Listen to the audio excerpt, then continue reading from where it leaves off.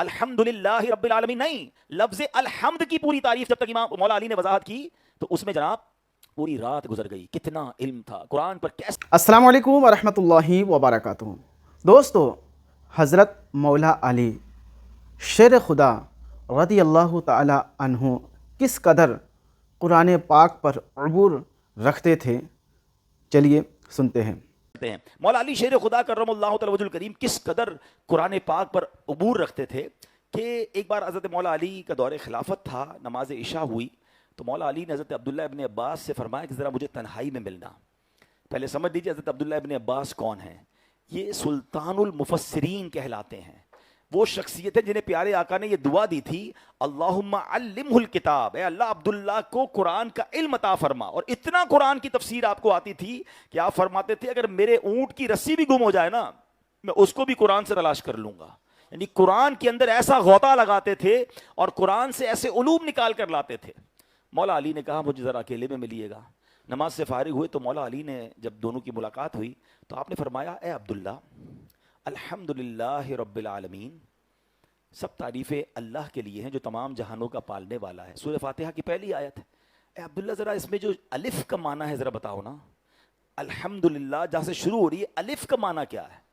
عبداللہ خود بھی بہت بڑے مفسر تھے مگر سامنے شیر خدا تھے. وہ تھے جن کے بارے میں نبی پاک نے فرمایا میں علم کا شہر ہوں اور علی اس کا دروازہ ہے.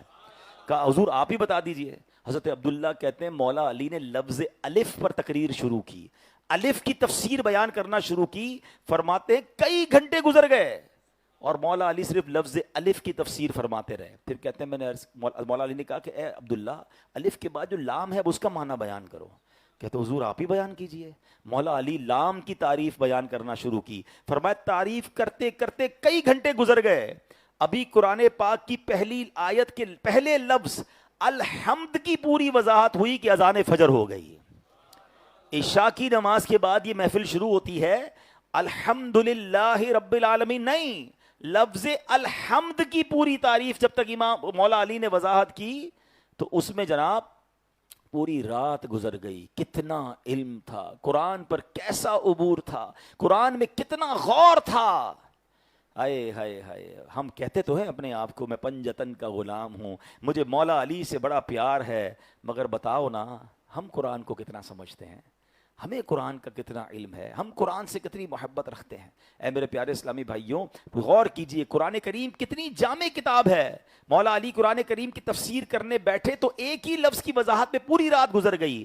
اللہ کریم قرآن مجید میں ارشاد فرماتا ہے وَلَا رَطْبٍ وَلَا يَأْبِسٍ وَلَا رَطْبٍ وَلَا يَابِسٍ إِلَّا فِي كِتَابٍ مُبِينٍ. اور کوئی تر چیز نہیں اور نہ ہی خشک چیز مگر وہ ایک روشن کتاب میں ہے. ایچ اینڈ ایوری چیز کا جو حکم ہے یا اس کے بارے میں ڈیٹیل قرآن میں موجود ہے. ہم اس کو انٹرپریٹ نہیں کر پاتے، ہم اتنا سمجھ نہیں پاتے. ورنہ آج سائنس کی ترقیاں ہوں یا نئی ایجادات ہوں یا دنیا میں آنے والے نئے فتنے ہوں یا ان کے سدے باب ہو، ہر چیز کا ذکر اور ہر چیز کا سولوشن قرآن میں موجود ہے. بس بات یہ ہے کہ ہم قرآن کو تھامیں اور قرآن کے اندر غوطہ لگائیں، قرآن کو سمجھنے والے بنیں. سبحان اللہ. مولا علی شیر خدا کرم اللہ تعالی وجہ الکریم کی شان ہم نے سنی کہ ہم جناب دنیا بھر کی کتابیں پڑھتے ہیں. بدقسمتی یہ ہے کہ ہمارے کسی کے گھر پہ جانا ہوتا ہے نا، غیر مسلموں کی کتابیں رکھی ہوئی ہوتی ہیں. میں نہیں کہتا نہیں پڑھنی چاہیے، ٹھیک ہے، اگر آپ کو اپنی نالج میں اضافہ کرنا ہے شرعی طریقے سے درست ہے، اس میں کفریات نہیں ہیں، آپ پڑھ رہے ہیں ٹھیک ہے، مگر اس پورے ریک میں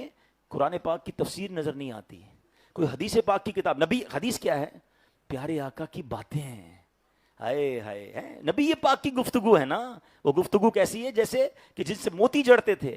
پیارے آقا کے مبارک الفاظ ہیں. ہم صلاۃ السلام میں تو کہتے ہیں کہ وہ دہن جس کی ہر بات وحی خدا، چشمہ علم و حکمت پہ لاکھوں سلام.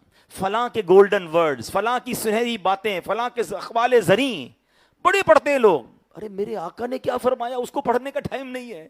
کوئی ایک کتاب تو میرے زیر مطالعہ ہو جس میں روز کی میں ایک نبی پاک کی بات سنوں کہ میرے محبوب نے کیا فرمایا، جس سے پیار ہو، اس کی باتوں سے بھی پیار ہو جاتا ہے نا. تو نہ حدیث کی کتاب نظر آتی ہے نہ قرآن پاک کی تفسیر. ہاں قرآن پاک ہوتا ہے بعض اوقات لیکن وہ بھی جلدان میں لپٹا ہوا اور وہ بتا رہا ہوتا ہے کہ کئی مہینوں سے کھلا ہی نہیں ہے. یہ ہمارا حال ہے. تو اے مولا علی سے محبت کرنے والو، اے صحابہ اہل بیت سے محبت کرنے والو، یہ تو اب آخری اشرہ آ گیا ہے.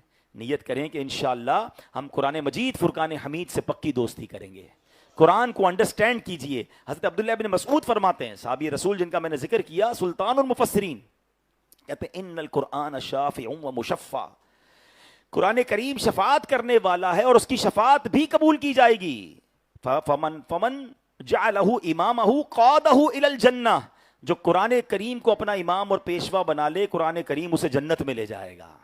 ومن جعلہ خلفہ ساقہ الی النار, اور جو قرآن مجید کو پسے پشت ڈال دے گا. بدقسمتی سے آج ایسا ہی ہے کہ قرآن کھولنے کا ٹائم نہیں ہے, قرآن پڑھنے کا ٹائم نہیں ہے. فرمایا قرآن اسے جہنم میں دھکیل دے گا. مجھے ایک واقعہ یاد آ گیا, میں نے کئی بار سنایا ہے لیکن یہ ریلیونٹ بنتا ہے.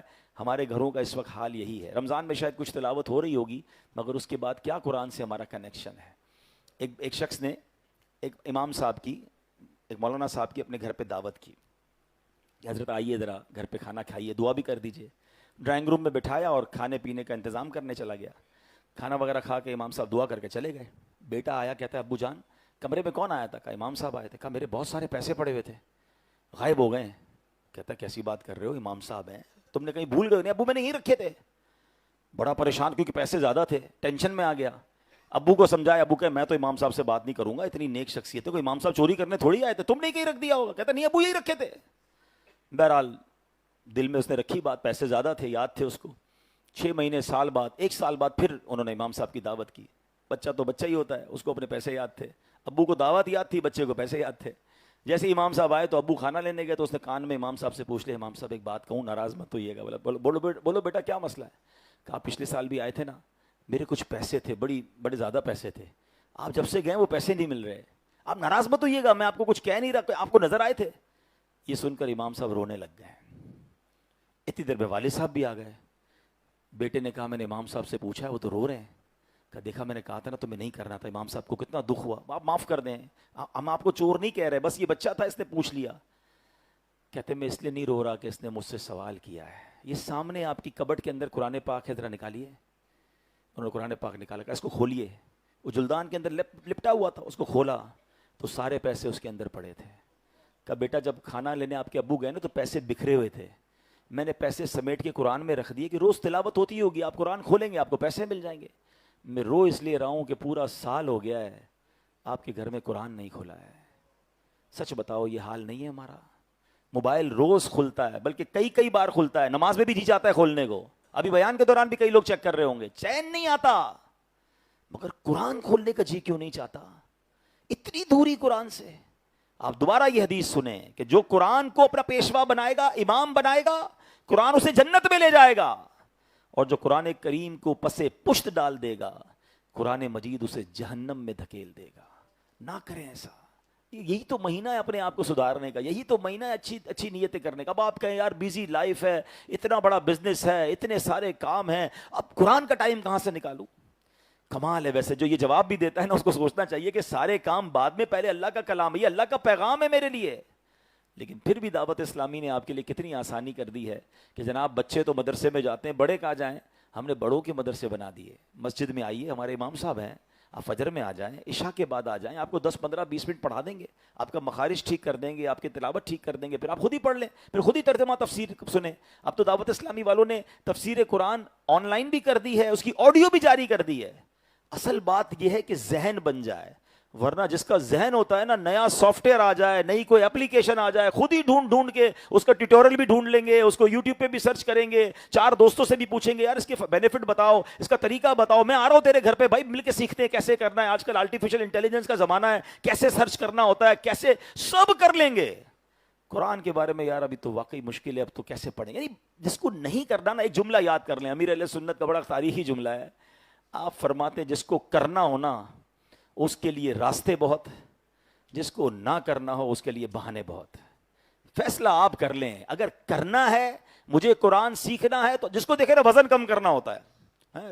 کچھ لوگ کیا کہتے ہیں, نہیں یار مجھ سے رہا ہی نہیں جاتا, یار میٹھا آتا ہے تو کھا لیتا ہوں, بریانی نہاری مغز چھوڑا ہی نہیں جاتا, تو اس کا نہیں ہوتا کم. اور آپ نے دیکھا جس نے ٹھان لیتا ہے کرنا ہے تو وہ سب چیزیں چھوڑ دیتا ہے اور اس کا وزن کم ہو جاتا ہے, وہ اپنی باڈی کو ٹھیک کر لیتا ہے. اصل بات ذہن کی ہے. جس دن آپ نے قرآن کو پریورٹی دی نا, جس دن آخرت کو پریورٹی دی کہ مجھے جنت میں جانا ہے, میرا الٹیمیٹ گول یہ ہے کہ مجھے جنت میں جانا ہے, میرا الٹیمیٹ گول یہ ہے کہ میں نے اپنی قبر کو جنت کا باغ بنانا ہے. مجھے مار نہیں کھانی قبر میں, کیونکہ اگر قبر میں مار پڑی تو مارا جاؤں گا. وہاں کوئی بچانے والا نہیں ہوگا, وہاں آگ ہوگی, وہاں سانپ ہوں گے, وہاں بچھو ہوں گے. ارے ادھر تو تکلیف ہوتی ہے, 4 دوست آ جاتے ہیں, فیملی کھڑی ہو جاتی ہے, ڈاکٹر کے پاس کوئی گاڑی میں بٹھا کے لے جاتا ہے, طرح طرح ہوں گے ہم. کیوں نہیں سوچتے اس قبر کے بارے میں؟ کیوں آپ پلان نہیں کرتے؟ نمازیں قضا کرتے ہیں, ابھی رمضان جائے گا, ابھی ماشاءاللہ کیسی رونق لگی ہے, پھر تو ڈھونڈنا پڑے گا کدھر گئے سارے. ایسے نہ کریں نا, آ گئے ہو تو رحمان کے گھر میں آ گئے, اب آ جائیں. یہ تو مہینہ ہے ہمیں یہ پکا کرنے کا کہ بس یا اللہ جب رمضان میں نماز پڑھ سکتا ہوں, میں رمضان کے بعد بھی پڑھوں گا, میں رمضان کے بعد بھی گناہوں سے بچوں گا. پلیز دنیا میں رہ کر اپنی آخرت کی تیاری کیجئے. دوستو, آپ نے بیان کو سنا اور مولا علی رضی اللہ تعالی عنہ کس قدر قرآن پاک پر عبور رکھتے تھے وہ بھی آپ کو اس بیان سے اندازہ ہو گیا ہوگا. دوستو, مولا علی سے محبت رکھیں, بے حد محبت رکھیں, اور ساتھ میں تمام صحابہ کرام سے بھی آپ, اہل بیت اعظام سے بھی آپ محبت رکھیں, ان کے نام رسپیکٹ اور ادب کے ساتھ لیں. دوستو, اس ویڈیو کو زیادہ سے زیادہ شیئر کریں. ملتے ہیں کسی اور ویڈیو میں, تب تک اپنا خیال رکھیں. خدا حافظ. السلام علیکم ورحمۃ اللہ.